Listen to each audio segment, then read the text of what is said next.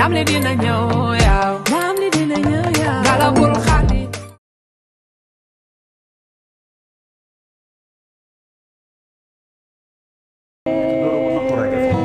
ana dëkk tuwaar yee góor yàlla yee bu leen kenn tardé ci ay futilité bàyyi leen ñuy wax rek ngay gën a xuus di dem ci joma ngor nga parié loolu day fay wante faatu yee bu leen kenn tardé so bàyyi leen ñuy wax rek xayam ci joma ngor nga parié sa yaay dala yónni yow ba noppi yàkkamti la waroo taxawaalu jàdd yoon ba pas-pas bi di daal dogul taxaw temm ne xeex bi loo war a gañe si la du jeu ci axe bi la foog nga rey ko max bi tas ngay door a xam ne sa dundu du nekk ci kin la binda sëkk ci ndab nelaw jógal yebbe ku dundam def ci fulla balay nag nga teral waajur ya jiitul sànni karawaas doon préférence bu inspiré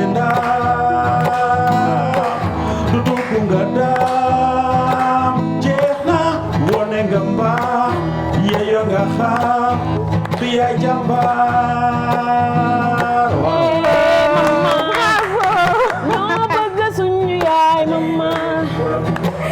Alors, après cette première partie très riche en apprentissage, en expérience et en partage, xanaa ñu jàll ci suñu invité du jour parce que vraiment li ñu waxtaanee ci jaar-jaar yéen a ko bëri man de yéen a ma et j'ai bien apprécié partage bi fi amoon symbiose bi fi am ak waxtaan bi fi am. C'est important ñuy mayante ci suñu biir l'occasion de nous exprimer. Alors, on va juste accueillir notre invité du jour. Suñu invité du jour nag du kenn ku dul monsieur Ahmadou Ali Sall. Monsieur Ahmadou Ali Sall mooy di président de la Fédération nationale des albinos du Sénégal. Il est également le président du conseil d'administration de l'association régionale des albinos. Donc monsieur Ahmadou Ali Sall nekk kuy def liggéey bu am solo ci population bi et surtout ci nit yi nga xam ne am na xëy na gàllankoor bu leen yàlla teg ci seen physique wala ci seen nekkin donte sax ñoom gëm nañ ko ba jàpp nañ ne du gàllankoor mais am na ci jéego yoo xam ne mu ngi koy def pour di leen accompagner pour di may ñooñu fu ñu sentiree lu baax parce que cadre bi c'est important entourage bi c'est important et la prise de conscience même de ses atouts aussi c'est important muy quelqu'un qui les accompagne di def liggéey bu am solo ñuy am mbégte di ko dalal ci plateau Voix d'avenir di ko sant di ko gërëm ci déplacement bi monsieur Ahmadou Ali Sall, Monsieur le Président, merci d'être venu. Merci, Madame Ndiaye, maa ngi leen di nuyu di leen sant di leen gërëm comme ni nga ko waxee noonu la. May président de la Fédération nationale des albinos du Sénégal. nekk président du conseil d'administration aussi de l'association régionale. Tout à fait. Donc di en même temps entrepreneur. Et aussi di artiste peintre licier boo déggee ñu naan licier mooy ka nga xamante ni dafay def ay tapisserie œuvre d'art comme la manufacture sénégalaise des arts. Tout à fait. Donc ki ma jàngal foofu la jógee. Donc voilà en grosso modo loolu la donc voilà. Merci beaucoup, merci en tout cas pour le déplacement, merci d'avoir bien voulu accepter notre invitation ñëw tey waxtaan ak ñun ci sujet bi nga xam ne teg nañ ko commencé nañ ko sax ci rubrique jaar-jaar ñu xanaa dañuy rek daal di ci gën a xuus ak yow nga wax ñu ci li nga ci xalaat et aussi mën a yee askan wi donte xamuñu lépp mënuñu lépp comme ni ma koy safoo di wax waaye am na lu ñu ci mën a sànni pour ñu nit ñu participer ci waaye balaa loolu damay jël nuyoo bi teg ko ci loxoy madame la présidente mi nga xam ne wéy nañ ko fi wéy yu neex waxtaanee nañ mbaaxam madame la présidente maman Mariama Soumaré bonjour. Bonjour Awa, bonjour Ahmadou Ali Sall, maa ngi leen di nuyu. Je suis très contente de te rejoindre sur le plateau de Voix d'avenir. Tout le plaisir est pour moi. Et voilà, après la rubrique Dia Dia, qui était plein d'enseignements. Tout à fait. amoon na solo lool am jàngat yu bëri yu ñu ci mën a jëlee ñu seqoon ko ak des gens exceptionnels. Tout à fait. Qu'on dit entre parenthèses handicapés mais qui ne le sont pas du tout. Tout à fait. On a dit des gens décomplexés. Des gens franchement inspirants. Donc bravo donc aw maa ngi lay nuyooti di comme je l'ai dit tantôt kontaan naa rejoindre la. di nuyu bu baax suñu gan bi et puis voilà donc je suis à l'écoute si je peux apporter quelques questions. D'accord maman merci beaucoup man damay am tout le temps mbégte di nekk ci sa wet parce que cette boule d'énergie là bi may soxla yaa ma koy jox di tax may mën man aussi di améliorer sama performance et di aller de l'avant et c'est important donc merci maman pour cette opportunité dinaa ko wax tout le temps duma ci tàyyi parce que ku def lu baax ku ko wax la bëgg alors monsieur Ahmadou Ali Sall man sa tur sax dafa ma neex dafa turu kilifa la macha allah di ñaan yàlla mu barkeel li ngay def di ñaan yàlla mu teg loxoom ci lépp li ngay liggéey parce que nee nga entrepreneur nga nee nga aussi artiste nga et loolu aussi c'est à saluer parce que vraiment nit su xamee talent wam wax nañ ko sànq su xamee talent wam xam li mu mën donc da ciy mën a jëriñ askan wi vraiment may am nag mbégte di la poser question yi donc la première question elle est toute naturelle mooy di xam yow par rapport à la société sénégalaise ni ñu tàmm di dëkkee ni ñu nekkee lan nga gis comme gàllankoor comme difficulté boo xam ne yow traversé nga ko nga jug si mu servir la de leçon nga bëgg tamit utiliser ko pour mën a inspirer ñeneen ñi et pour mën a jàngal sax ñeneen ñi. macha allah maa ngi lay nuyu madame Ndiaye di la remercier ci question bi laaj nga ma question bu am solo. question ba nga xamante ni pratiquement liñ ma koy laaj bari na. te ñëpp xam nañ ni waxuma la sax Sénégal mais en Afrique d'une manière générale la vie d'un albinos est très dure dafa metti non seulement dafa metti parce que am na ay préjugés yu ci nekk ay surtout la ne ko maam stigmatisation yu ci nekk bon bari na parfois sax tu vois ka nga xamante dafay am doomu albinos sax daf koy nëbb société bi te alors que albinos yi ñoom ay nit lañ. bien sûr ne ko dañuy wax dañuy kii d'ailleurs sax boo leen xoolee souvent. ay nit lañ ña nga xamante ni dañuy am xel. ko maanaam dañuy intelligent de telle sorte que. alhamdulilah mais le problème qui se pose mooy que ni leen société bi di accueillir moo tax parfois dañuy renfermer wu seen intelligence boobu. donc ça pose problème. souvent man daf ma dal bi ma nekkee xale. ma am nag ay parents ya nga xamante ni macha allah. sama yaay dafa teel a gaañu bon léegi nag ma màgg ak sama papa donc mu def ci man mooy mu nekkoon intellectuel nekk ka nga xamante ni daf ma encadré ne ko face ne ko maanaam ne ko ñu nekk ci benn société bu xaw hostile tuuti envers les personnes atteintes d'albinisme donc moom mu encadré ma jàppale ma bu baax a baax surtout sama côté njàng ci sama lépp il fut un moment sax bi ma demee ba tollul CM2 j'avais un problème avec un enseignant parce que booba bon à l'époque njàng enseignant yi ça veut dire ne ko ñoom amuñu woon comment dire éducation ci nan la ñuy yoree un albinos parce que booba bariwuñ dans les années 70 dans les années 80 pratiquement l'albinisme n'était pas tellement connu surtout au Sénégal mais bon amoon na en Afrique nag bon mais ici au Sénégal c'était pas tellement connu. D'accord. Donc il y avait des préjugés surtout à l'école. Bon un jour sama enseignant ki nga xam moom ma yoroon CM2 mu xool ba si yàgg mu ne ma des personnes comme vous xam nan lañ leen mën a bàyyee ci société bi kii na ko wax ba ñuy jàng école. bon c'était une chose ñàkk a xam donc c'est ça quoi. Finalement sama papa mer xam en tant qu'intellectuel bind le ministère. xam nga bind léegi nag bon yàlla dogal après directeur école bi. jàpp ci ne ko kii buñ ko dàqee di nga ko yàqal àdduna et cetera mais dëgg def na faute. il a fait une faute. ba nga xamante ni donc milieu éducation bi nga xamante ni ne ko moom lay exercer ne demande pas ça. Mais bon xam nga après mu jéggalu et cetera. Ils n'ont pas été préparés à ça. Voilà très bien exactement il n'était pas bien préparé sur la question. Donc finalement mu indi te loolu dal na sama yeneen moromu albinos yu bari am na ñi nga xamante ni CM2 la ñuy yem ci njàng et cetera xam ñi 6e et cetera parce que société bi ni ñu leen waroon a accueillir ne ko maanaam voilà ne ko loolu amul. Raison pour laquelle man nag bon finalement après ma ne sama papa damay bàyyi jàng. mu ne ma non il ne faut pas laisser. ma ne ko bon damay def franco-arabe.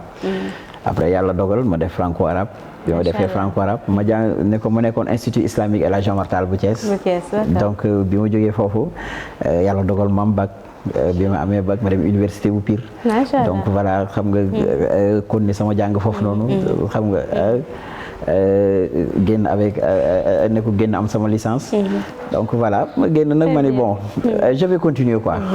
Je vais pas abandonner. Bien sûr. boole ceeg nag sama papa jàngal ma l'estime de soi. mu ko njëkk a jàngal. Macha Allah. Donc mu jàngal ma ko ne ko maanaam mu naan booy dox ci mbedd mi il faut lever la tête. wane ni yow nit nga. Très important. Et tu es vraiment une personne bantini tu es très intelligent. Tout à fait. Donc macha allah mu fekk nag avant boobu nag dalal nañu alxuraan. dalal nañu alxuraan ba sunu kër. ne ko ki ci gën a ndaw. Nous dans notre famille nous avons quatre albinos. D'accord. mais ñëpp a wàcce alxuraan. Macha Allah. jàng bu wàcce alxuraan donc voilà quoi. L'encadrement c'est important. Voilà très bien ni mu ñu encadré alhamdulilah ñu sant ci yàlla bu baax a baax. donc voilà loolooy sama jaar-jaar. ba en 96. ñu créé l'association nationale des albinos du Sénégal. 96 d'accord. Voilà avec une dame. qui était au corps de la paix. qui s'appelait Linda Robinson mu ñëw gis albinos yi ni ñuy yalwaane ci mbedd yi. mu ne non ça vraiment ëpp na. léegi nag ñu créé une association en 96. yàlla dogal avec l'aide du département d'État américain ñu am un centre. Communautaire des albinos du Sénégal qui se trouve à Thiès. D'accord. Okay. Donc loolu mooy kii bi ba jusqu'à présent association bi di dox ba tey yàlla dogal. ne ko yàlla dogal mu nekk une fédération léegi mu am yeneen antenne. Finalement c'est comme ça man it ma gëm sama bopp rek. gëm sama bopp bañ ne ko su ma joxe adresse sax. dama ne ko su ma la woowee boo xam dama naan la Ahmadou Ali Sall Puune bi. Voilà pour di la wan ni donc di la wan ni voilà très bien que ni. J'ai pas honte de ça. Bien sûr. Et en plus aussi li ngeen doon wax sànq kii vraiment ça m'a touché ci handicap. Tout à fait. En fait handicap ci xel la. ci xel la c'est dans la tête. C'est dans la tête. Tout à fait. Man ne ko man gëmuma handicap gëmuma ni nit mën na am handicap non. Peut-être que c'est des ne ko voilà très bien. Situation la. Xam nga situation la. te situation boobu noonu soit il y a deux choses. soit da nga koy accepter wala nga bañ ko. Donc c'est ça. man loolu sama gëm-gëm. D'ailleurs même j'ai même écrit une lettre à l'Organisation mondiale de la santé. ne leen jusqu'à présent ñoom mënuñoo définir ñun ci ban catégorie lañ bokk. D'accord. De jusqu'à présent. Donc ma foi ñu ne bon xam les albinos c'est des handicaps. xam nga ma foi ñu ne bon xam nga rek ce ne sont pas des handicapés. Tout à fait. Donc c'est ça parce que notre problème est que il y a que nous avons juste une carence de mélanine. Donc c'est ça li tax nga ñuul. man moom laa amul. Tout à fait. Tout simplement et boo demee chez les blancs da nga koy gis. Donc c'est ça. Donc jusqu'à présent ils ne peuvent pas définir xam nga handicapé ne ko ba léegi mu ñoo définir albinos si ñoom. exactement fan lañ bokk. Donc tout ça là c'est donc ça m'a loolu daf ñu gën a motiver. ñu gën a percer. D'ailleurs en 2019 sax on a osé organiser Miss et Mister Albinos. Ah, ici au Sénégal. Ici au Sénégal. Très bien. Même fii lañ ko Sorano lañ ko organisé woon. Donc bon vraiment ça réussit. Mais bien sûr. Donc voilà ba tey ñu bokk ci benn groupe ba nga xamante ni léegi c'est au niveau continental. Maintenant les pays africains yëpp dañoo organiser Miss et Mister Albinos. te alors que initiative bi ci ñun la jógee. Donc voilà. D'ailleurs au mois de juin. am na concours comment dire continental Miss et Mr Albinos. D'accord. donc voilà yooyu yëpp c'est des choses ya nga xamante ni c'est motivé. pour leen wan ni ay nit lañ. te ñun ci société bi lañ bokk. Absolument. am nañ xel am nañ donc on fait tout. et même des fois plus que ñeneen donc voilà. voilà te souvent boo demee ci seen classe yi xale yi. du ñu génn sur les 10 premiers. macha allah c'est ça. voilà donc yooyu yëpp sant yàlla la. donc voilà ma nekk entrepreneur it yor samay tool. chaque année ma def campagne soble wala campagne ceeb. c'est très donc bien. voilà xam nga maag samay partenaire donc xam nga ñu may accompagner di ma jàppale. donc voilà. mais daal mi ngi noonu daal en fait. en grosso modo te loolu gëm sa bopp moo la ko may. jeex na mais man li ma retenir ci li mu wax maman mooy que l'encadrement dafa am solo. ñëw na ci waxu Khady sànq ñëw na ci waxu monsieur Sall l'encadrement l'environnement immédiat il faut ñu soutenir la. Tout à fait. parce que soo nekkee xale xamul dara. non yow xamoo ni yow gis nga rek une différence mais xamoo nu mu demee. donc il faut ñi la gën a jege maanaam ñi la jur teg la ci yoon. expliquer la wax la nga xam ba pare nga wóolu sa bopp ñu gëm loola sa bopp c'est très important. Absolument. Et confiance en soi maanaam du loo xam da nga koy judduwaale da nga koy acquérir. da nga koy acquérir. et pour nga acquérir ko il faut ñu wan la il faut que quelqu'un vous montre la voie. donc c'est important sa papa boobu noonu wax dëgg yàlla ñu ngi koy jaajëfal ndax la mu ci def am na solo. Absolument. ndax xëy na am na neneen nu mu doon taxawee ak yow nga def ni ñeneen ñi dina bëtu di làkkatu. donc yow soo demee ba nga assumer ko ba nga mën suñ la laajee sax nga ne puune Ahmadou Sall puune. donc c'est parce que gëm nga sa bopp. parce que gisoo ko comme problème comme handicap. mais c'est parce que scientifiquement déjà xam nga noo koy expliquer. et mais également xam nga say faculté. xam nga li nga mën et xam nga njëriñ bi nga mën a apporter askan bi. et c'est important maman. absolument c'est hyper important. mooy tax dafa am ñaari concept yu fi jubee bi ñu commencé magazine bi léegi. Jariatou avait parlé de confiance en soi. Ahmadou Ali a parlé d'estime de soi. Ahmadou Ali a parlé d'estime de soi. Donc ces deux concepts pour man ñoo constituer l'être humain. Tout à fait. loolu boo ko amee rek dans une société quelles que soient les adversités. yoo mun a am boo génne dans le monde extérieur. da nga koy traverser sans problème. Effectivement. et loolu famille moo la koy jox. Effectivement. je confirme. li nga wax ne sa parent moo njëkkee ci loolu. moi j'ai vécu la même chose. une confiance en soi. benn estime de soi boo xam ne sama biir kër laa ko jëlee. donc dara du la ébranler. Effectivement. quelle que soit l'adversité, quelles que soient les contraintes. Tu notes qu'il y a une contrainte, mais tu l'acceptes et tu fais avec. Et tu avances. C'est ça. Voilà, tu trouves des solutions. Comme ni nga koy waxee, il n'y a pas de problème, il y a toujours des solutions. Absolument, tout à fait. Faculté-là. Tout à fait.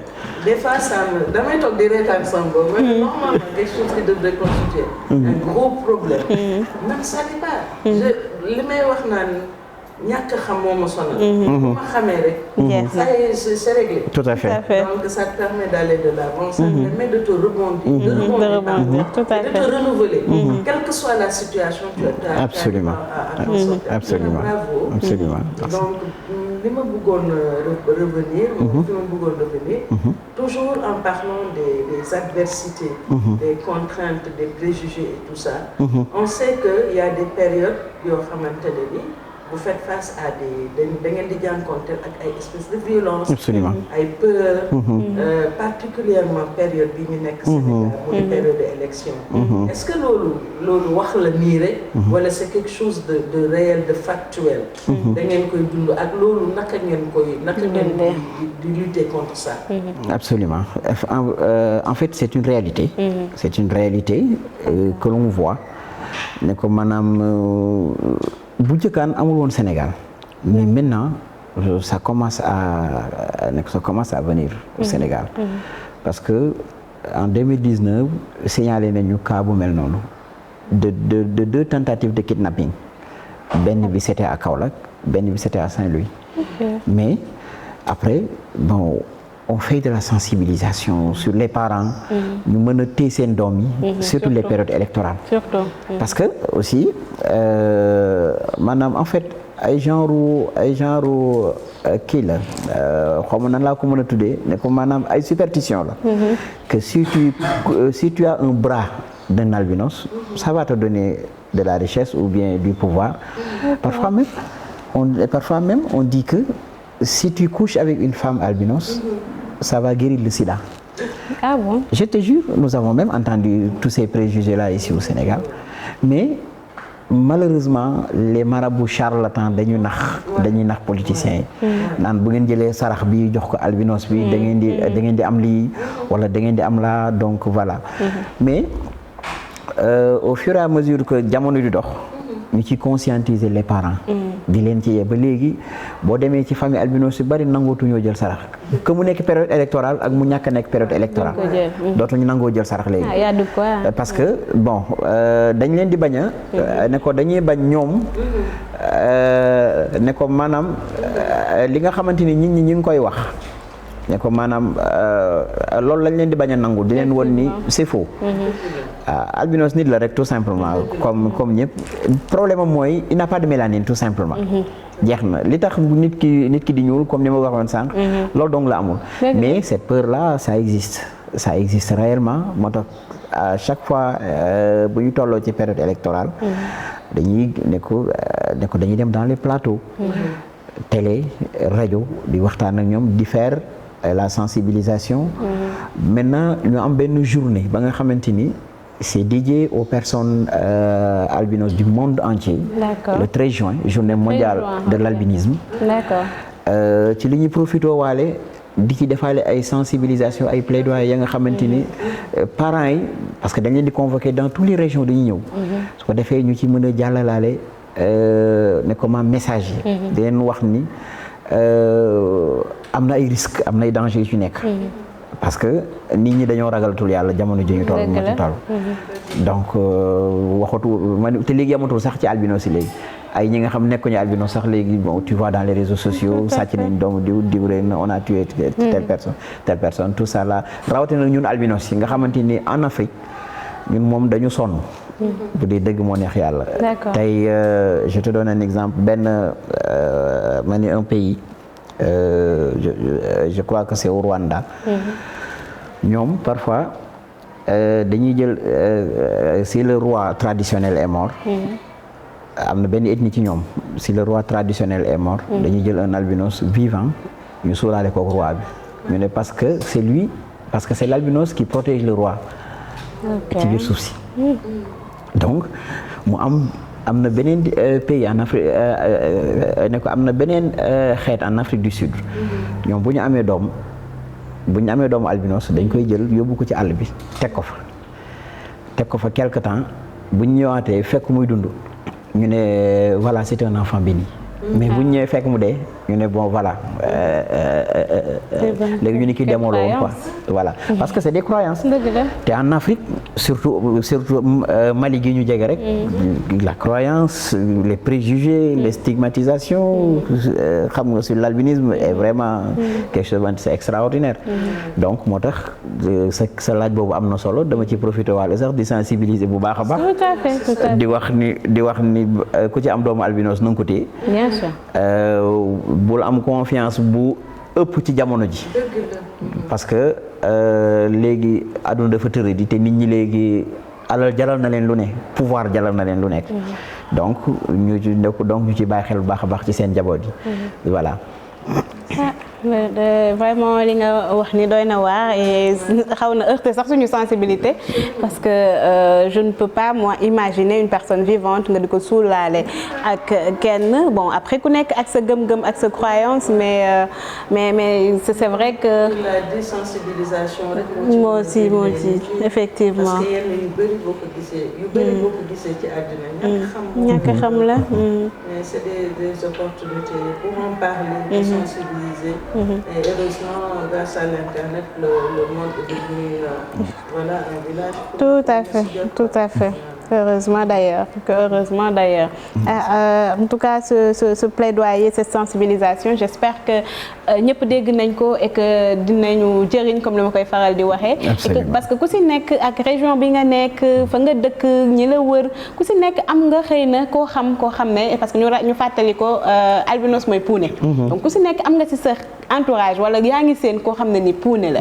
donc yow lii ñuy wax nii soo ko déggee. na la jëriñ nga utiliser ko aussi pour mu jëriñ ñeneen nga servir ñu de relais parce que loolu la ñu bëgg. Absolument. waaw loolu la ñu bëgg. Donc voilà ñu jàll ci prochaine question bi ñu bëggoon a xam surtout par rapport ak lumière soleil bi wax nga ko sànq yéen albinos yi da ngeen a amul mélanine bi ñu am.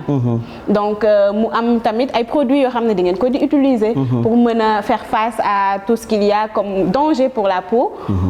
ñu bëgg a xam ndax produit yooyu jàppandi na pour yéen ndax est-ce que am ngeen ay accompagnement ci état bi wala ci yeneen i structure pour mën a faire face à tout cela parce que y a quand même ay précautions yu ngeen di jël am na ay lu ngeen di utiliser pour yéen ma bëggoon daal nga leeralal ñu faram fàcce ko nit ñi xam bu baax la ci ne su ko defee képp ku am doomu albinos par exemple nga mën a xam ne lii ak nii laa war a def nii la war a jëfandikoo pour mën cee génn parce que du quelque chose de commun bu ñëpp dund.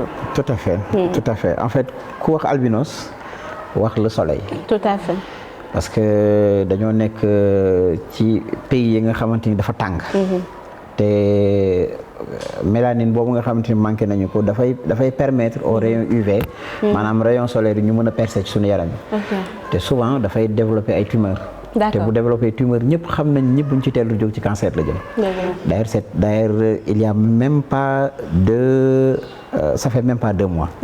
Nous avons perdu 2 albinos. Mort du cancer. bu ngeen seetloo ci émission Pape Niang te muy def ki ndimbal yi boo xoolee ñoom ñaar ñëpp ne ko ñoom ñaar ñëpp daf leen doon jàppale ba finalement ñu mujjee succomber à leur cancer. Donc parce que assez de prévention bi ñu war a am contre le soleil amuñu ko te surtout bu ñu nekkee dans les zones les plus enclavées. yaa ngi dégg du Sénégal. ba pare ku xam Tamba xam ne dafa tàng. ku xam Koungheul xam ne dafa tàng. ku xam Bakel xam ne dafa tàng ku xam Matam aussi c'est pareil. et souvent cas yi nga xamante ni cas décès ñi am yu bari cas cancer fa la ñuy jógee. maintenant dafa am ay crème solaire. ya nga xamante ni c'est yooyu moo ñuy permettre ñun ñu mën a dox sous le soleil. maximum 30 minutes. Ça ne dure pas. D'accord. C'est maximum 30 minutes. Parce que crème yooyu dafay am filtre. te filtre bi moom mooy tax ba les rayons UV du mën a dugg sa biir yaram. voilà ultraviolet du mën a dugg ci sa yaram. mais yooyu ça ne dure que 30 minutes. D'accord. Maintenant souvent dañ ci daan am nag yu daan jógee à l'étranger et cetera mais le problème est que yooyu duñ ne baax na. mais dafa am benn problème bu ci nekk. mooy que ñi ko defar laboratoire yi ko defar en France. ils l'ont fabriqué selon leur température. Tout à fait. donc ça pose problème. pour nous ñi nga xam ne suñu température dafa élevée. ñëpp xam nañu température Europe ak température du Sénégal bokkul. kon bu ñu defaree des crèmes solaires parce que les blancs aussi utilisent les crèmes solaires. aussi les tubaab. dañuy utiliser les crèmes solaires. mais ñoom seen laboratoire yi ko defar yi dañ ko defar selon leur température. C'est pour ça qu'en 2016 ñu def benn partenariat ak Val d'Afrique bi ñu defee ak ñoom benn partenariat ñoom ñu osé relever le défi de fabriquer des crèmes solaires ici au Sénégal selon notre température. C'est bien. Voilà. Donc ñu ne ko maanaam chaque année ñu ñuy fournir plus de 3 ans ñu ñuy fournir plus de 5000 tubes de crème solaire ñu koy may gratuitement boole ko ci seen programme RSE. Donc voilà maintenant benn année ñu toog je me rappelle plus l'année mais ñu toog Eva Marie Coll Seck bi mu nekkee ministre de la santé ak tamit ñu invité Val d'Afrique ak tamit la directrice pharmacie nationale d'approvisionnement Annette. Très bien ñu toogandoo moom ministre bi recevoir ñu mu ne woon kii état du Sénégal dina commencer di ko subventionner. mais benn yoon la ko def. te alors que bi ñu defee évaluation bi dans tous les albinos nekk Sénégal. maanaam montant bi nga xamante ni bu ko état bi dégagé woon pour ñu am ko ay crème solaire chaque année. matul 5 millions. Donc nous avons donné le projet à Eva. léegi mu ne kii moom état bi dina ci jàpp dugg na fi génn fi. mais ci magistère am moom. benn yoon la ko def. D'accord. ñaarul. jusqu'à présent ñu continuer di ci topp ba finalement. ñu ne ñun personnellement les albinos nous allons trouver une solution. mooy lan ñu nekk en partenariat avec l'université Cheikh Anta Diop. ñu jël suñuy propres membres. dem yóbbu la ñu defal leen formation fabrique crème solaire au Sénégal. ba ñu am ay diplômes am ay attestations. Très bien. wane ni maintenant que tey si nous avons des partenaires qui peuvent nous accompagner sur la question, nous pouvons aller seuls. L'autonomisation. Très bien. Sans attendre l'État du Sénégal. Très bien. Donc ñun ci stade boobu lañ toll. am nañ ressource bi. mooy les personnes. ressources yi nga xamante ni ñoom ils peuvent faire la formation. comment ils peuvent faire la production. Mais malheureusement nous n'avons pas encore de partenaires qui peuvent nous accompagner sur la question. Voilà. Tout à fait, tout à fait. Donc c'est ça. ñun foofu lañ toll actuellement ñu ciy def nag jéego yu am solo. honnêtement da ciy def jéego yu am solo. parce que dañu dem ba ni pourquoi attendre. pourquoi attendre. léegi nag ñun war nañu am nañu xel am nañu xam-xam bi war nañu mën a def de telle sorte que ñun ñu mën a nekk ñu mën a nekk ay ña nga xamante ni ñu nit war nañoo xalaat ci sunu avenir. Bien sûr. au lieu que ñuy toog aussi di ñu xalaatal sunu avenir. parce que lu ci bari tey bu ko état bi doon doxal tey voyons la loi d'orientation sociale. bi nga xamante ni couche handicap yëpp ci lañ bokk. ñun ñu boole ñu ci. voté en 2010. le 6 juillet 2010. ci magistère Ablaye Wade. mais jusqu'à présent la loi n'a pas encore ba léegi daal appliqué wuñ ko. donc voilà.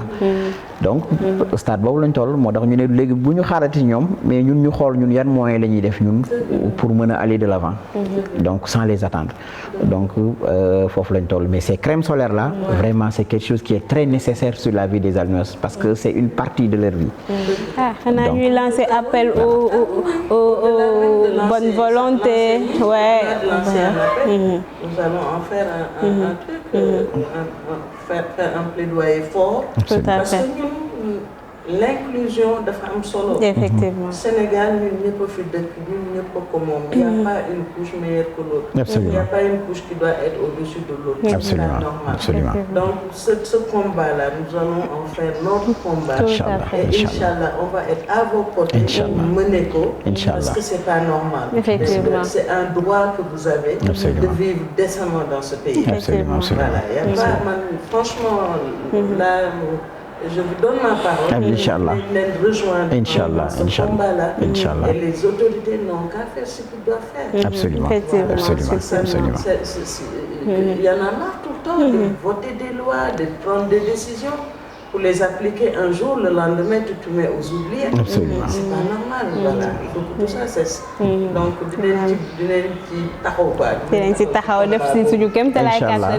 waaw ndax mbiru ñëpp la ñun ñëpp a ko bokk. donc dinañ ci def lu ñu mën.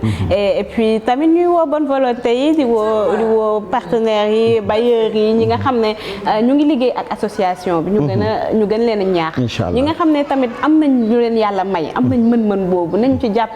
tey man comme li ma tàmm di wax rek man sama 10 000 francs xëy na mënul dara waaye suñ boolee sama 10 000 francs ak sa 10 000 ak 10 000 keneen ak 10 000 keneen mais finalement on arrive à faire des choses merveilleuses. mais na si ñëpp jàpp c'est l'affaire de tous na si ñëpp jàpp. en tout cas comme ni ko madame Soumaré waxee xam naa ni que ñun waa Buntu Dev inchallah dinañ si def lu ñu mën dinañ si teg suñu loxo et de manière personnelle aussi de manière individuelle ku si nekk si sa mën-mën si sa xam-xam loo ci mën ak foo ko mën a waxee sa parce que ku nekk ak sa voix comme ñu porté ku nekk la nga ci mën di nga ko def loolu moom xamal ni que am nga suñu engagement sur loolu. Inch'Allah. D'ailleurs je vais même vous envoyer les images après. Inch'Allah. fi xale yi nekk en formation à l'université. donc ñu nekk en foofu y avait que des albinos. donc c'était bon vraiment une chose c'est extraordinaire. mais c'est à saluer. et puis cette innovation là xam nga cette ingéniosité qu'ils ont eu de vouloir aller se former pour defaral seen bopp c'est parce que ñoom dañoo sonn. Absolument. mais c'est parce que dañu sonn dañu xaar ba sonn kenn dimbali wala ñu ne nañ jóg defal suñu bopp. et voilà. et c'est à saluer parce que man loolu yëpp ci gëm sa bopp la boo ko tamit parce que jàpp nga ni que yow mi nga xam ne yaa koy dund yaa koy subir yow yaa xam. li ci ne. keneen xamu ko parce que ñun ñii ñëpp xëy na am nañ mélanine. mais yow mi koy dund yaa ngi tàllal sa loxo kenn ñëwul. nga ne xaaral ma dem bu defaral sama bopp samay crème solaire. C'est l'occasion, tu me donnes l'occasion aussi de faire un appel à l'endroit de des jeunes qu'on appelle, en tout cas pas seulement les jeunes, mais ceux qu'on appelle des influenceurs. Parce qu'influencer aussi, voilà, il faut effectivement, tout à fait. Des gëstu ci sur des causes yoo xamante ne ni qui concerne la société, l'inclusion de la société sénégalaise dafa ci quelque chose boo xamante ne ni il faut que tout le monde mette la main à la pâte. Effectivement, l'inclusion c'est l'affaire de tous. Je suis contre l'exclusion. Effectivement. Je suis contre la stigmatisation. Donc lépp loo xam ne nit mën na ko def rek ba ñun ñëpp ñu boole doo kenn bañ a sentir sa bopp ne bedd nañ la ci c'est un droit. Absolument, donc maa ngi def un appel à tous les influenceurs, notamment les jeunes, qu'ils aillent sur le terrain, qu'ils regardent des gens là qu'on dit vulnérables, des sociétés vulnérables, qui entrent dans les coins reculés du Sénégal pour xool problème yi ñuy jànkonteel pour mun ci wax aussi parce que comme leur voix porte man xëy na suma voix porté wul mais ñoom seen voix dina porté effectivement ñooy dem ci association Ali bi gis la ñuy dund xam ne ñuy métti ils en parlent et ça fait le tour. Absolument. Une fois que la communication passe forcément les autorités n'auront pas le choix. Absolument. Ils vont forcément venir voilà vous parler vous rencontrer et régler vos problèmes. Absolument. Su ko defee ci albinos yi def ko ci les personnes en situation de handicap def ko ci jigéen ñi nga xamante ne ñu ngi vivre des violences def ko ci jigéen ñi nga xamante ñu ngi vivre pénibilité des tâches yooyu yëpp bu ñu ko dégg xale yi ñoo mun a porter le absolument à tous les influenceurs du Sénégal les jeunes là je vous invite à porter ce combat là et voilà Inchallah te gëm naa si ñëpp jàppee dina egg fu sori. Surtout les femmes albinos parce que dañuy dund ay violences yu extraordinaires. yéen parfois bon xam nga dañ leen di nax ci dara xam nga pour sàkku leen parce que les préjugés yi fi am yi ci am yi donc ñu ngi ciy def ay ñu ngi ciy lancé ay appels ya nga xamante ni c'est extraordinaire que di leen wan ni li ñu leen di gëmloo amul ça n'existe pas nit la yàlla wax wala xat karam naa bani aadama yàlla dafa teral bani aadama ne ko nag deful nag dispersion waxul chinois bi waxul japonais bi waxul ke dafa ne bani aadama d'une manière générale maintenant ça dépend ci bani aadama bi moom mooy xool ci wala xadd karam naa bani aadama boobu fan la ci féete moom soit moom mooy bëgg a delloo boppam asfala saafilin wala boobu mu xam nu mu def tout simplement ça veut dire moo bëgg a delloowaat boppam ba mu mel ni mala wala moo bëgg a yëkkatiwaat boppam ba mu tolloog ne ko maanaam ba mu xaw a am tuuti gratu ange donc ça dépend loolu nit ki moo koy définiral boppam mais yàlla moom wala xat karam naa bani aadama rek la wax man maa teral bani aadama tout simplement différencié wul kenn donc ñun ñëpp ay bani aadama lañ ay nit lañ donc voilà li ñu wutale mooy da nga ñuul ki dafa xees ki dafa xonq ki dafa marron tout simplement donc c'est ça bu ko nit ñi doon jàngatee noonu rek yaakaar naa ni adduna bi dina am harmonie voilà donc c'est ça lu am solo ngi noonu lu am solo vraiment lu jar a bàyyi xel léegi man ma bëggoon la laaj rek parce que wax nga ko sànq ci sensibilisation bi ngeen di nekkee la communication je pense qu'il faut miser sur la communication il faut que nit ñi gën a xam la communication elle n'est pas que interne entre yéen mais il faut que ñun ñi nga xam ne on est en dehors de li ngeen ñuy dund xamuñu ko il faut ñu xam c'est-à-dire que soxlaatul sax di nëbb albinos bi lan lay dund ci méttit il faut ñëpp mën ko xam parce que tey suñ ko partagé wul duñu mën a toucher sensibilité ñenn ñi donc su fekkee ni am na ay action yu ngeen ni mëne dans ce sens ñu mën nañ ko fësal ñun mën nañ ci teg loxo ku si nekk li nga mën nga def ko si su ko defee ñëpp xam parce que noonu nga mën a toucher ay bailleurs noonu nga mën a toucher ay bonne volonté il faut vulgariser ñëpp xam ko ñëpp jot tout à fait parfois bon depuis bi ñu nekkee ci association bi léegi parfois dañuy def des caravanes de sensibilisation aller dans les régions parce que dañ ne peut-être Dakar ak Thiès seen climat xaw na tempéré xaw na normal mais il y a des il y a des albinos yi nga xamante ni au-delà de Thiès et de Dakar. ñu gën a sonn. Effectivement. et parents yi aussi.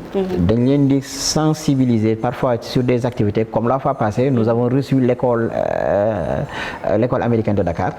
Dans notre centre nous avons un centre du moins qui se trouve à Thiès. Un très grand centre même à Sampaté 2. D'accord. Donc keroog fa la ñu recevoir l'école américaine de Dakar ñu ñëw donc échanger partager ak ñoom. ne ko maanaam ñu def ay sketch de plaidoyer ya nga xamante ni ñoom bi ñu fa jógee. dañ ne mais ñun xamuñoo ndeke albinos en Afrique li la ñu dund. donc et en plus aussi parfois dañuy dajale les parents. ne ko def une journée de réflexion. pour ñu xool ça c'est important. pour ñu xool l'avenir de leurs enfants. Tout à fait. nan lañ ne ko maanaam enseignant bi nan la leen war a encadrer en classe. parce que ñëpp xam nañ ni l'albinos a des problèmes de vision en classe. Parfois il se déplace même aller au tableau. pour voir et parfois ça dérange. loolu nag bu fekkee am nañ jàngalekat ba nga xamante ni yaatuwul. parfois mën na ko déranger. et mën na déranger aussi les élèves. donc souvent dañuy dem. dans les écoles di wax ak les directeurs et les enseignants. pour que albino bu ñu fa amee albinos. ne ko ñu jël ko teg ko ci banc yi ci kanam. nga xamante ni dinañ mën a gis tableau bi bu baax a baax. des aménagements des réajustements à faire pour ñu adapter wu. voilà c'est ça voilà c'est aménagement la rek tout simplement. c'est ça mais loolu nag xol bu yaatu moo ko mën ba pare avoir la patience. ak xam aussi parce que ñun xamuñu. c'est ça les gens ignorent en fait li ci nekk ñëpp. exactement ñun nag suñu mission foofu la gën a focaliser wu. ba tey nous avons créé COGELAS. ça veut dire l'association des jeunes leaders albinos. D'accord. ñi nga xamante ni macha allah. xam ñu ay étudiants lañ. te xam ñu ay élèves lañ. mais biñ defee sélection bi dañoo gis ni c'est des gens ya nga xamante ni ne ko ñoom. boo demee sax di laaj seen professeur sax dañ naan kii bëggul defet. macha allah bëggul defet quoi. parce que ne ko dañuy ni ñuy góorgóorloo. ba pare mun ñu nekk nag ay jeunes ya nga xamante ni. ne ko macha allah seen intelligence c'est extraordinaire. donc ba pare ñu leen di jàngal nag aussi ne ko won leen ni yéen ci nit ñi ngeen bokk. ba tey fu mu toll ni complexe boobu tey ñu ngi commencé dañ. ci albinosité bu baax a baax. c'est très bien. donc loolu aussi c'est grâce à cette association là. ba nga xamante voilà des leaders des jeunes albinos ne ko tey moom moo développé loolu tey ci ñoom tey. di leen accompagner nag ci ay bourses d'études ici au Sénégal. parce que nous sommes en partenariat avec CACSUB Sénégal. nga xamante ni chaque année ils nous donnent 10 bourses d'études. ya nga xamante ni tey y a même ne ko y a même des bourses yi nga xamante c'est à l'étranger. D'accord. ne ko 2021 bi. am nañ 2 albinos yi nga xamante ni jàppale na leen ba ñu dem à l'étranger jàngi. C'est très donc loolu ça fait partie de notre combat. te ñu ngi ci te vraiment ñu ngi ciy góorgóorlu bu baax a baax. mais la sensibilisation moom. boo ngeen demee dans les réseaux sociaux. Comment dirais-je YouTube wala ngeen dem ci site FNAS Fédération nationale des albinos du Sénégal di ngeen gis ni nous avons travaillé sur la question de 2011 à nos jours ou bien même de 96 à nos jours 2011 nag ci la ñu commencé vulgariser maintenant les activités ba tey alhamdulilah rabbil alamin macha allah ba tey lu bari changé nañ ko tey sur la situation des albinos. Inch'Allah di ñaan rek yàlla teg ci loxoom vraiment di ñaan action yi yàlla teg ci loxoom ba ngeen am ci li ngeen bëgg am ci ndam te tamit di woo rek képp ku ci mën a jàpp nga jàpp si parce que association boobu ngay wax mais c'est pour former des leaders et il faut que mais pourquoi pas le futur président de la République nekk albinos mais mënul ñàkk. Tu vas marcher sur la langue. mu ngi noonu comme d'habitude. mu ngi noonu comme d'habitude. On est tellement connectés. Absolument, oui, ça se voit. Ça allait être ma question. Ça se voit. On est en période de pré-électoral. Oui. yow boo amoon tey jii un candidat à l'élection présidentielle. Absolument. Donc absolument. Moi j'aurais bien aimé voir un ministre albinos, un directeur d'une agence albinos. Voilà. Donc yow boo amoon tey jii benn candidat en face de vous loo ko doon naroo pour les albinos mais en règle générale. pour les gens en situation. de handicap, juste de leur dire que d'exécuter la loi d'orientation sociale parce que les handicapés en ont besoin. Parce que c'est la promotion, la protection et aussi l'employabilité aussi des albinos. Tout à fait. Surtout des personnes handicapées. L'emploi au Sénégal dafa nekk benn mbir mu extraordinaire. waaye dama mës a jël sama CV yóbbu ko ci benn entreprise. Un riche CV d'ailleurs, je l'ai vu, machallah. yóbbu ko ci benn entreprise. mais le directeur m'a interpellé pour me dire que mais yow bu ma la jëlee ñu dàq ma sama place. Voilà rek ces pensées là. mu ne ma te tey te tey bu ma la jëloon. maanaam sañu ma laa def ci yenn postes ya nga xamante ni bu inspection générale dikkee. dañ mi di problème parce que l'exploitation humaine lañ may wax. ma ni ko bon qu'est-ce qu'on va faire. bon ñu waxtaan ba si ak mu ne ma bon mais il faut revenir. mais jusqu'à présent. mooy loolu. kenn moomoo ne ko moomu ci mës a testé. te kooku daf ne ma dañuy testé. muy le président Maodo Malick Mbaye un ami. que je salue de passage. Le directeur général de l'ANAMO. D'accord. mu ne ma kaay dama lay jël contrat nga jàppale sunu responsable bi nekk Thiénaba. mais bon pour un an ma ne ko nag dinaa def test bi pour un an. yàlla dogal ma def test bi. finalement bi contrat bi jeexee. bon. soriwaay bi. parce que muy jógee Thiès di dem di liggéey Thiénaba. te alors que xam nga ne ko moyen de déplacement yi.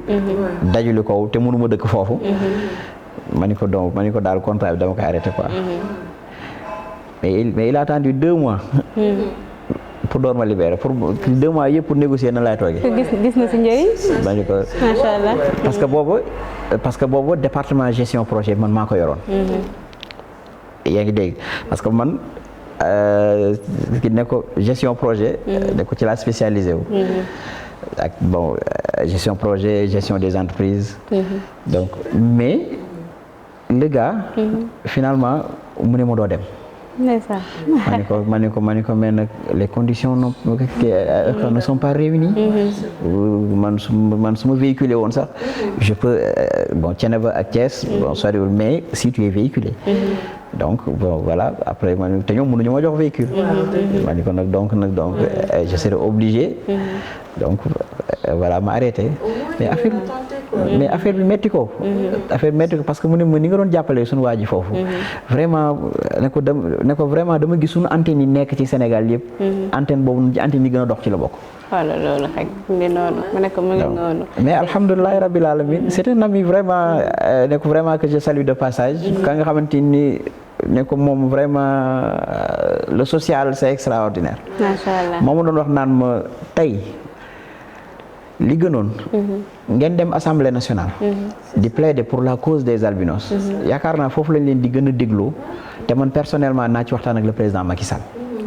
kon nag mu ngi noonu. yal na yàlla doxal loolu lépp te vraiment. mais alhamdulilah gis nañu jéego yu bari def na ko ci mais malheureusement. donc aboutirul mais nañu dundee yaakaar rek ñun tamit ku si nekk li nga mën nga def ko ci yéen liggéey bu am solo bi ngeen di def ngeen wéy si rek te sax si. te xam ni xëcc bu daggul dikk. incha allah xëcc bu daggul dikk. incha allah comme li ma ko waxee rek voilà la communication c'est très important. c'est important oui. Communication du monde. Voilà quoi. Et comme je lui ai dit, on va s'y mettre nous tous. Inch'Allah. Et puis voilà, jàppalante rek. Alhamdulillah, Inch'Allah. Des solutions. Inch'Allah. Parce que ce qui est génial dans tout ça maman mooy que moom tamit am na lu ñu mën a jàppale. donc affaire yi xam nga jàppalante la. jàppalante la dëgg la voilà am nga ay compétences yoo mën faire valoir. absolument tout à fait wallahi absolument. Tout à fait. Personnellement, très touchée par cette interview. Effectivement. Alhamdulillah, sant Yàlla. Vraiment. ñu la doon laaj nag quel serait votre dernier mot à l'endroit de la jeunesse, à l'endroit de ñëpp ñun ñi mag ñi ndaw ñi albinos yeeg handicapé yeeg ñëpp daal lan nga ñuy mën a sànni ñaax ñu pour ñu jël ko comme arme pour aller de l'avant parce que si plateau va devenir lañ nekk. waaw donc foofu li ma ci sànni mooy. yitte. lu am solo la. macha allah. daan faral di dégg sama kilifa Serigne Cheikh Tidiane Sy Al Maktoum daan ko wax yitte. maanaam nit lépp lu mu def yitte rek suñ borom moo ñu ëpp yitte macha allah surtout la jeunesse te ñu bañ a xaar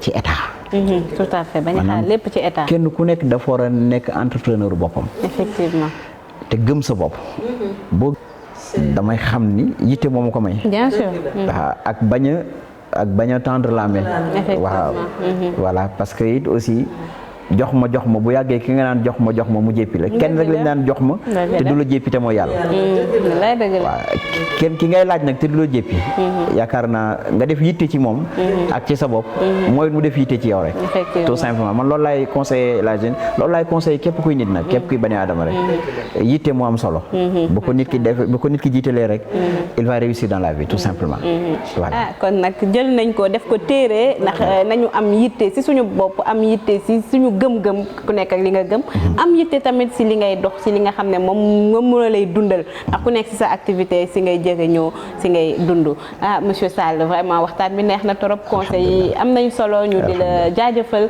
di la sant di la gërëm si déplacement bi si waxtaan bu am solo bi si plaidoyer bi mais vraiment c'était un plaisir de partager ce plateau avec vous. Merci beaucoup. Très instructif on a beaucoup appris de vous de ñi nga xam ne ñu ngi ci situation boobu aussi te am nañ yaakaar ni nag askan wi dinañ ci am njëriñ inchallah ma ne di leen remercier madame Soumaré c'est la première fois ñu gisante sama benn xarit sama wëlëre bu baax buñ naan Sophie Diack moo tax ñu xamante tout à fait moom it mu nekk une femme brave machallah te li mu expliqué ci kii pratiquement c'est la même chose machallah donc ñu nekk ña nga xamante ni daal alhamdulilah yàlla moo leen di fay daal parce que liggéey bi ñuy def yombul liggéey bi yombul parce que bëgg kut ko kut développer li nekk ci nit ki loolu yombul dëgg la dina ko génne li nekk ci nit ki ci compétence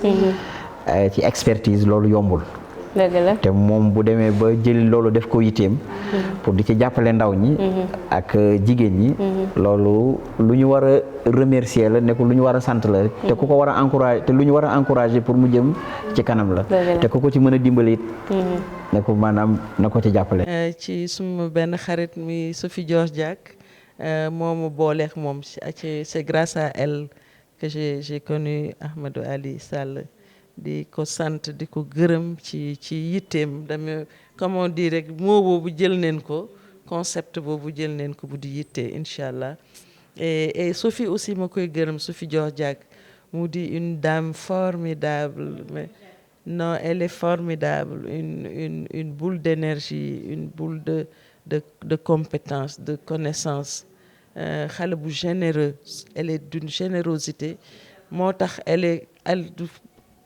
bouillonne d'idées foo ko fekk mi ngi réfléchir di conceptualiser di teg donc moom aussi ma koy ñaanal yi mu songu yëpp yal na ko ci yàlla jàppale parce que àddina loolu rek lañ ci am jaar-jaar la njëriñ rek lañ mun a amal suñ morom yi nit yi waaw su ma yaay mooy daan wax loolu na ngeen jëriñ seen morom yi te bañ leen lor jëriñ rek lañ mun a amal nit yàlla nañ continuer di la jëriñ dans la mesure du possible nag parce que koo bugg a dimbale mun a bugguma moom waaw mooy loolu mais ko ñu mun a jàppale incha allah on le fait pour rien voilà pour rien c'est dafa mel ni benn mission la bu ñu yàlla sol bu ñu yéegul man lépp lu may def xooluma ci xaalis bu may gagné la preuve ñi ma jege xam ne ni mu demee man may jël sama yëf di ci dugal mais li fekk mun naa dimbale doomu aadama ba mu dem rek loolu mooy suma récompense voilà donc di dellu di la gërëm awa yow du ma jóg ci di la gërëm la perle laa la tuddee voilà parce que xale bu ma sopp la parce que li ma bëgg ci nit ci valeur dafa nekk ci moom nit doo amee kàddu nit da ngay am kàddu nit da ngay am yar nit da ngay am diine te yooyu yëpp mu ngi ci moom te du loo xamante ne nii nag daf koy def ci plateau bu génnee doon keneen boo ko xoosee ba mu sori loolu ngay gis ko mu koy doxalee ak borom këram gis ko mu koy doxalee ak mag ndaw moi je l'adore voilà je suma doom laa koy ooye te dama ko gëm voilà c'est ma perle à moi da lay ñaanal gudd fan wër gu yaram de ñaanal ton ménage yal na nga ci gis que du bonheur. Ton mari est fort fabuleux. Il est fantastique, machallah, mon fils. Yal na yàlla taxawu leen taxawu njaboot mes petits maris yàlla sàmm leen sàmm tout le monde yal na yàlla faj aju yëpp incha allah ñëpp ne nekk ci jàmm quoi tabarakallah. xam naa ñu joxante dig daje rek ba beneen ndax bu yem fii dinañ tasewaat si yeneen numéro dinañ def ay choses ensemble jagle ko askan wi incha allah jërëjëf et merci ci déplacement bi merci. Mara dig tekki ndam li dina ñëw yaa